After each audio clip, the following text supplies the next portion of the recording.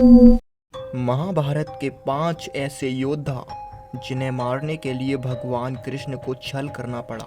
आखिर वह कौन सा कारण था जिस वजह से भगवान को भी छल का सहारा लेना पड़ा।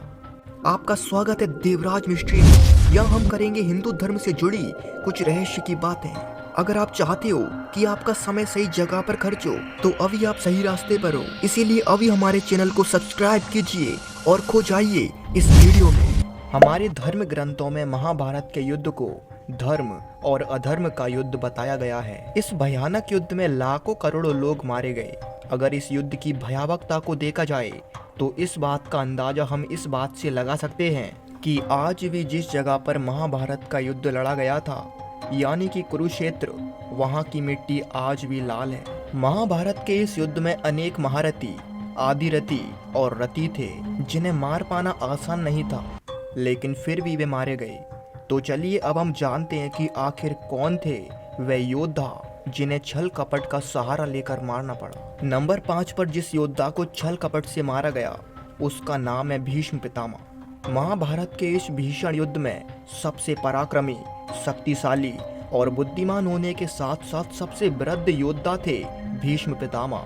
18 दिन के इस महाभारत के युद्ध में भीष्म पितामह 10 दिनों तक पांडवों की विजय का कांटा बने रहे। भीष्म पितामह को पराजित किए बिना महाभारत का ये भयानक युद्ध पांडवों के लिए जीतना नामुमकिन था। इसीलिए युद्ध के 10वें दिन श्री कृष्ण ने छल का सहारा लेकर भीष्म पितामह को शांत करने का निर्णय लिया और युद्ध के उस दिन अर्जुन ने श्री कृष्ण के कहने पर श्रीखंडी को अपनी ढाल बनाकर भीष्म को कमजोर कर दिया और अपने बाणों से उनके शरीर को छलनी कर दिया।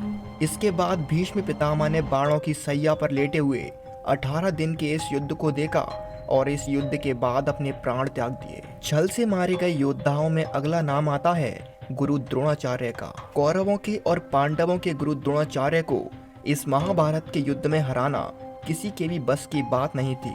ऐसा कहा जाता है कि द्रोणाचार्य को केवल उनका शोक ही मार सकता था, यानी कि उनके पुत्र का प्रेम। भीष्म पितामह के बाद द्रोणाचार्य को कौरवों का मुख्य सेनापति बना दिया गया।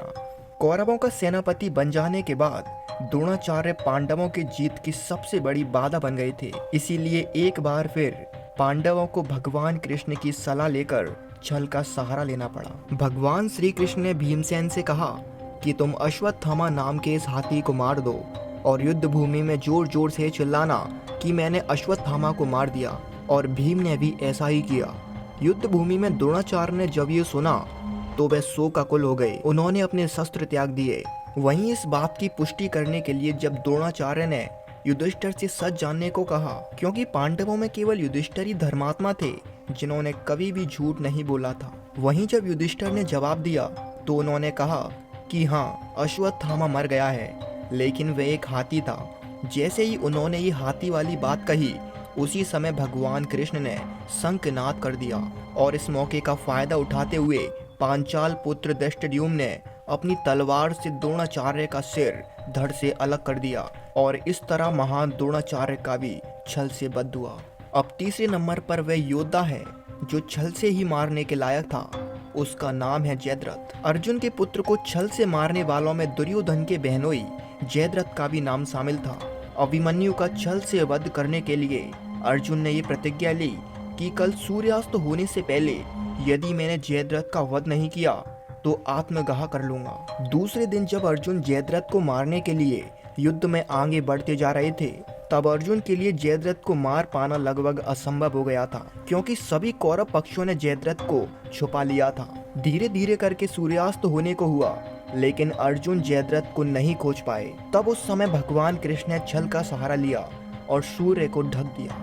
यह देख सभी कौरव प्रसन्न हो गए और उन्हें अब लगने लगा कि अर्जुन नहीं बचेगा, और साथ ही सूर्यास्त होते देख जयद्रथ भी बाहर आ गया। बस जैसे ही जयद्रथ बाहर आया, भगवान कृष्ण ने सूरज को द्वारा से प्रकट कर दिया और इस मौके का फायदा उठाकर अर्जुन ने पाशुपति अस्त्र का इस्तेमाल करके जयद्रथ का सिर धड़ से अलग कर दिया था और इस तरह हुआ था जयद्रथ का अंत। अब दूसरे नंबर पर जिस योद्धा को छल से मारा गया वह योद्धा कोई और नहीं, वह अंगराज कर्ण थे, जिन्हें सूर्यपुत्र कर्ण और दानवीर कर्ण के नाम से भी जाना जाता है। कहते हैं कि अंगराज कर्ण को सीधे तौर पर हराना अर्जुन के बस की बात नहीं थी। जब युद्ध करते समय अंगराज कर्ण के रथ का पहिया जमीन में धंस गया था, तब अंगराज कर्ण निशस्त्र होकर उस पहिए को जमीन से निकालने लगे थे। उसी वक्त भगवान कृष्ण ने अर्जुन से कहा कि यही वह मौका है जब तुम कर्ण को मार सकते हो। तब इस बात का अर्जुन ने विरोध भी किया था,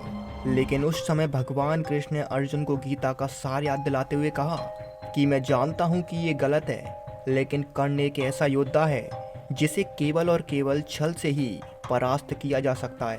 इसीलिए पार्थ, तुम अपना तीर चलाओ।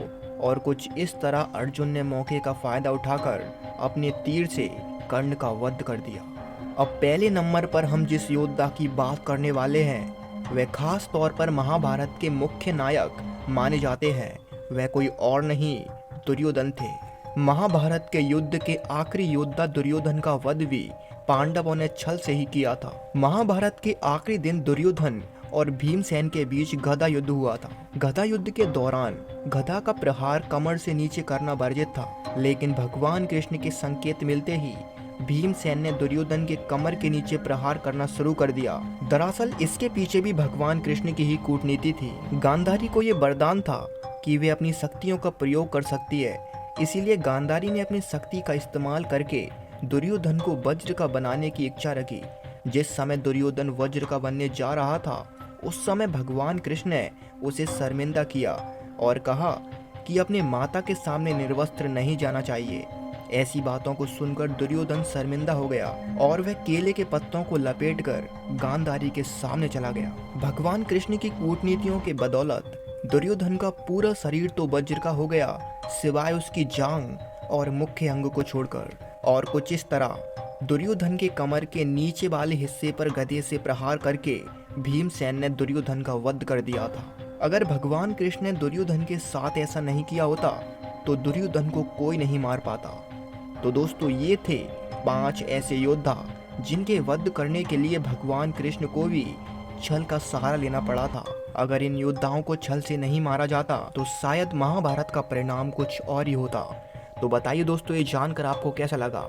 अगर ये वीडियो आपको अच्छी लगी है तो लाइक कीजिए, हमारे चैनल को सब्सक्राइब कीजिए। मिलते हैं किसी नेक्स्ट वीडियो में, तब तक के लिए जय श्री कृष्ण।